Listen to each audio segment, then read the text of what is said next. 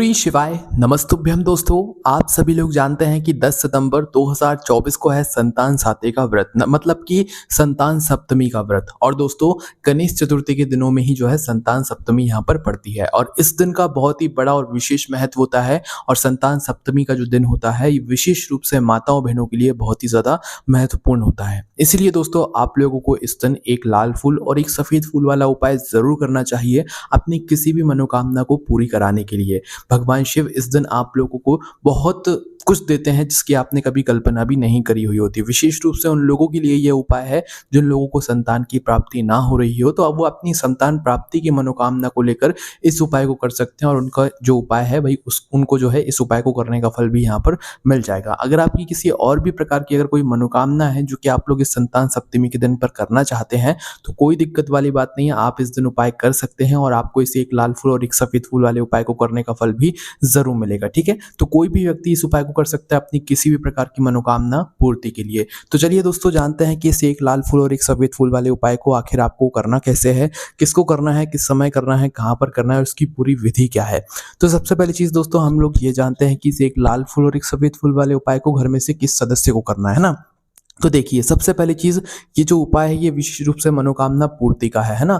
आपकी किसी भी प्रकार की कोई ऐसी मनोकामना है जो कि लंबे समय से पूरी नहीं हो रही है, जिसके लिए आपने सारे प्रयास करके देख लिए हैं, उपाय करके देख लिए हैं, व्रत करके देख लिए हैं, पर जब भी आपकी मनोकामना पूर्ण ना हो रही हो तो आप लोगों को ये एक लाल फूल और एक सफेद फूल वाला उपाय इस गणेश चतुर्थी में पड़ने वाली इस संतान सप्तमी के दिन जरूर करना है। ठीक है, तो घर का कोई एक सदस्य भी इस उपाय को कर सकता है अपने पूरे घर परिवार की सुख और शांति के लिए। और घर के अलग अलग सदस्य अगर खुद की कोई मनोकामना है तो वो अपने लिए भी ये वाला उपाय कर सकते हैं। अगर पूरे घर परिवार की सुख और शांति के लिए कोई ये वाला उपाय कर रहा है तो वो घर में से कोई एक सदस्य कर सकता है जो कि घर की बड़ी माताओं बहनों में से कोई एक माता बहन यहाँ पर होगी, है ना। उसके बाद में दोस्तों इस उपाय को हमें करना किस समय है, सुबह के समय करना है कि शाम के समय करना है। तो देखो इस वाले उपाय को आपको संतान सप्तमी के दिन जो है विशेष रूप से सुबह के समय करना है। अगर किसी कारणवश आप सुबह ना कर पाओ तो फिर आप इस उपाय को शाम के समय प्रदोष काल में भी कर सकते हो, कोई दिक्कत वाली बात नहीं है। उसके बाद में दोस्तों अब हम जानते हैं कि इस वाले उपाय को आपको करना किस जगह पर है। तो देखो ये एक लाल फूल और एक सफेद फूल वाला उपाय आपको इस संतान साते के दिन या संतान सप्तमी के दिन जो है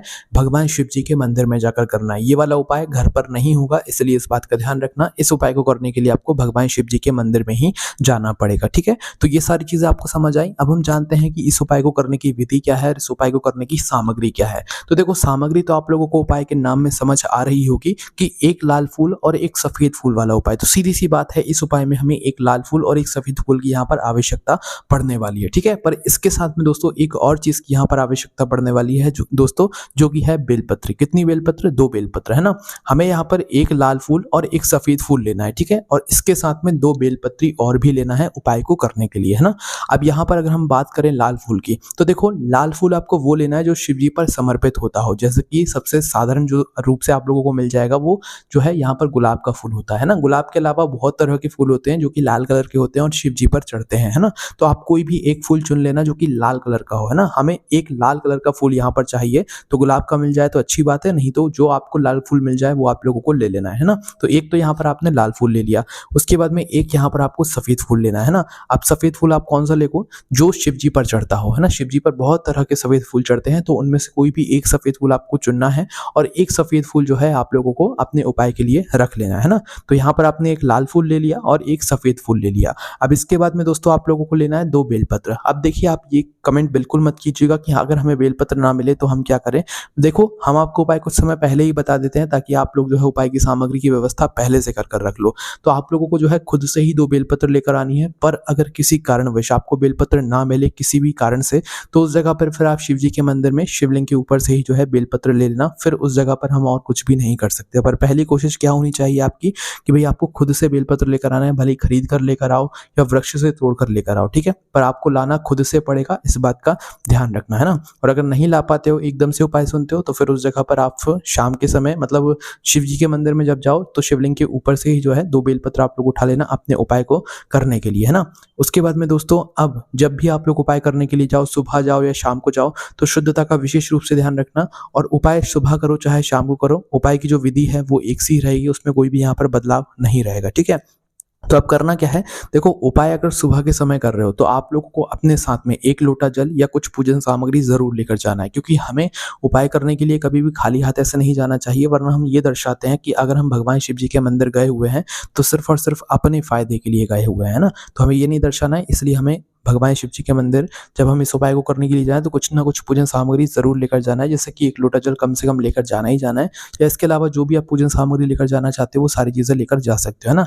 तो सुबह के समय जा रहे हो तो ये पूजन सामग्री लेकर जा सकते हो। बाकी अगर शाम के समय प्रदोष काल में जा रहे हो तो भाई शाम के समय आप पे गोल बत्ती का शुद्ध देसी गाय का घी का जो दीपक होता है वो अपने साथ में लेकर जाना, और फिर जाकर जो है भगवान शिव जी के मंदिर में इस वाले उपाय को आप लोग करना, ठीक है? तो इस बात को समझ गए, उपाय की सामग्री तो लेकर जाओगे ही जाओगे, पर अपने साथ में कुछ पूजन सामग्री भी ज़रूर लेकर जाओगे। और सुबह जाओगे तो आपको स्नान करके जाना ही पड़ेगा, और शाम को जाओगे तो हाथ मुँह धोकर जा सकते हो, शाम को स्नान करने की ज़रूरत नहीं है, ठीक है? शुद्धता का विशेष रूप से ध्यान रखना, और सुबह जितना जल्दी हो सकता है उतना जल्दी इस उपाय को करने की कोशिश करना। बाकी 10, 11, 12 बजे तक भी उपाय करोगे तो भी कोई दिक्कत वाली बात नहीं है, पर ज़्यादा देरी मत करना, है ना? और जितना जल्दी हो सकता है उतना जल्दी उपाय को करने की कोशिश करना। वहीं अगर शाम के समय प्रदोष काल की बात करें तो भई शाम के समय आप लोगों को शाम के 6 बजे से लेकर 7:30 या रात 8 बजे के बीच में कभी भी उपाय कर लेना है, आपको उपाय का फल पूर्ण रूप से मिल जाएगा, ठीक है? तो भई आपको अपने उपाय की सामग्री और अपने पूजन की जो सामग्री है वो लेकर सबसे पहले भगवान शिव जी के मंदिर पहुँचना है, ठीक है? शिव जी के मंदिर जैसे ही आप लोग पहुँचते हो तो सबसे पहले आपको भगवान शिव जी के मंदिर की चौखट के दर्शन करके धूप देकर अंदर प्रवेश करना और भगवान शिव जी के दर्शन करना है। दर्शन करने के बाद आप सबसे पहले शिवलिंग के पास में आ जाना, और जाते से आप लोगों को उपाय बिल्कुल नहीं करना है ना। इस उपाय में पहले आप लोगों को भगवान शिव जी की पूजन अर्चना करना है। पूजन अर्चना कहने का मतलब है कि सुबह गए हुए हो तो 1 लोटा जल, बेलपत्र, फूल, अबीर, गुलाल वगैरह जो चीज़ें चढ़ाना चाहते हो वो आप पहले चढ़ा दो, ठीक है? पर उपाय की जो सामग्री है वो आपको पूजन की सामग्री में नहीं चढ़ाना है, वो आपको अलग रखना है ना। उपाय हमें अलग से करना है, पहले हमें पूजन अर्चना करना है, क्योंकि उपाय कब होगा? पूजन अर्चना के बाद होगा। तो कम से कम अगर 1 लोटा जल लेकर आए हुए हो तो पहले अपना वह 1 लोटा जल चढ़ा दो, है ना? और इसके बाद में अगर कोई भी पूजन सामग्री लेकर आए हुए हो तो वो पूजन सामग्री भी भगवान शिव जी पर चढ़ा दो। उसके बाद में आप शिवलिंग के पास में बैठ जाना और अपने उपाय को करना यहाँ पर शुरू करना। वहीं अगर शाम के समय प्रदोष काल में उपाय कर रहे हो तो भाई अपने साथ में जो एक गोल बत्ती का शुद्ध देसी गाय का घी का दीपक लेकर गए हुए हो, ये दीपक आप मिट्टी का भी लेकर जा सकते हो और आटे का भी बनाकर लेकर जा सकते हो, है ना? पर होगा वो शुद्ध देसी गाय के घी का और गोल बत्ती का, है ना? तो शाम के समय आप लोगों को सबसे पहले इस दीपक को जलाना है, और दीपक को जलाने के बाद क्या करना है आप लोगों को? सबसे पहले भगवान से जो है आप लोगों को प्रार्थना करके इस दीपक को वहाँ पर जला देना है। शिवलिंग के ज़्यादा पास में मत रखना, शिव जी को आँच ना लगे, इस प्रकार से आपको इस दीपक को भगवान शिव जी के पास में रखना है। उसके बाद में दोस्तों अब आप लोगों को क्या करना है, जैसे ही आपकी पूजन अर्चना हो जाए उसके बाद में शिवलिंग के पास में बैठ जाना और अपना यहाँ पर उपाय करना शुरू करना है। अगर आप लोग 2 बेलपत्र ना लेकर आए हुए हो तो इस समय पर आप शिव जी के ऊपर से शिव जी से आज्ञा लेकर 2 बेलपत्र उठा लेना, और जो 2 बेलपत्र आपने शिवलिंग के ऊपर से उठाई हुए हैं उनको पहले धो लेना, ठीक है? धोकर फिर आप लोग अपने उपाय में इन्हें इस्तेमाल करना, बिना धोए 2 बेलपत्र को अपने उपाय में प्रयोग मत करना, इस बात का ध्यान रखना, ठीक है? पहले धो लेना, उसके बाद ही ये 2 बेलपत्र अपने उपाय में प्रयोग करना, है ना? तो भाई करना क्या है, सबसे पहले आप ध्यान से सुनिए। देखिए आपके पास कितनी बेलपत्र हैं? 2 बेलपत्र है ना? तो 2 बेलपत्र हैं और एक लाल फूल है, एक सफेद फूल है ना? तो अपने साथ में किसी पात्र के ऊपर सबसे पहले आप अपने 2 बेलपत्र अलग अलग रख लो, एक इस साइड रख लो और एक इधर रख लो, ठीक है?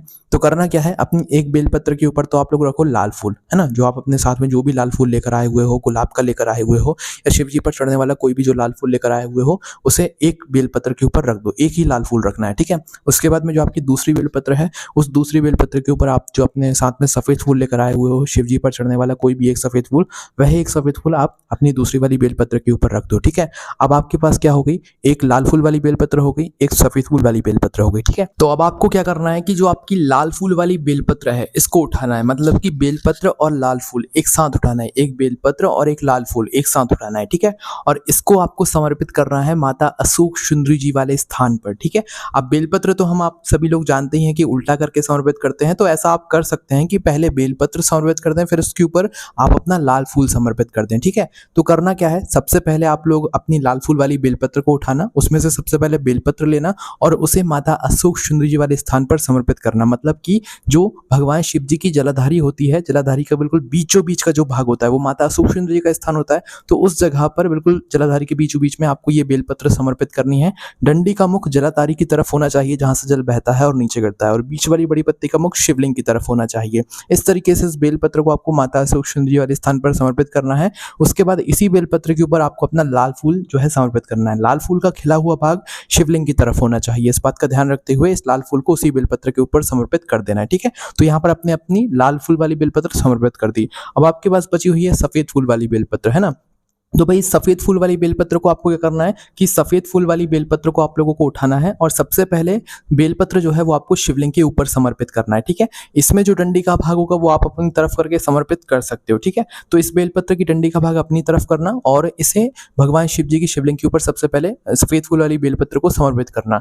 फिर इस बेलपत्र को समर्पित करने के बाद जो आपका फूल है सफ़ेद वाला, वह फूल भी आप लोगों को शिवलिंग के ऊपर समर्पित करना है। फूल का जो खिला हुआ भाग होगा अब वो शिवलिंग के सामने की तरफ होगा, मतलब जलाधारी की तरफ होगा। इस तरीके से आपको अपने उस सफ़ेद फूल को इस बेलपत्र के ऊपर समर्पित कर देना है। जैसे ही आप अपनी सफ़ेद फूल वाली बेलपत्र को भी समर्पित कर देते हो और फूल भी समर्पित कर देते हो, उसके बाद में भगवान शिव जी के पास में ही बैठकर आपको भगवान से अपनी मनोकामना बोलनी है, ठीक है? इस दिन विशेष रूप से आपने देखा होगा कि भई संतान सप्तमी का दिन होता है, संतान साते का दिन होता है। तो भई संतान प्राप्ति की अगर आप लोग इस दिन मनोकामना करोगे तो निश्चित ही भगवान शिव आपकी ज़रूर सुनेंगे। तो उन लोगों को ये वीडियो ज़रूर शेयर करना भई जिन लोगों को संतान प्राप्ति में जो है बहुत ज़्यादा परेशानी हो रही है। तो वो लोग इस उपाय को इस मनोकामना के साथ में उस दिन करेंगे, मतलब कि जो है इस विशेष दिन पर करेंगे, जिससे कि उन्हें इस उपाय को करने का फल मिल जाएगा। बाकी आप अपनी किसी भी प्रकार की मनोकामना के लिए से एक लाल फूल और एक सफ़ेद फूल वाले उपाय को कर सकते हो। और संतान सप्तमी का दिन इस गणेश चतुर्थी के दिनों में पड़ रहा है, तो भी इस मौके को आप लोगों को अपने हाथ से बिल्कुल भी नहीं जाने देना है और इस दिन एक लाल फूल और एक सफ़ेद फूल वाले उपाय को ज़रूर करना है। बाकी दोस्तों अगर इस उपाय को करने में आपको कोई भी दिक्कत, समस्या, परेशानी आती है तो उसे हमसे कमेंट करके पूछ सकते हैं। ओम नमः शिवाय, जय भोलेबाबा, श्री शिवाय, नमस्तुभ्यम।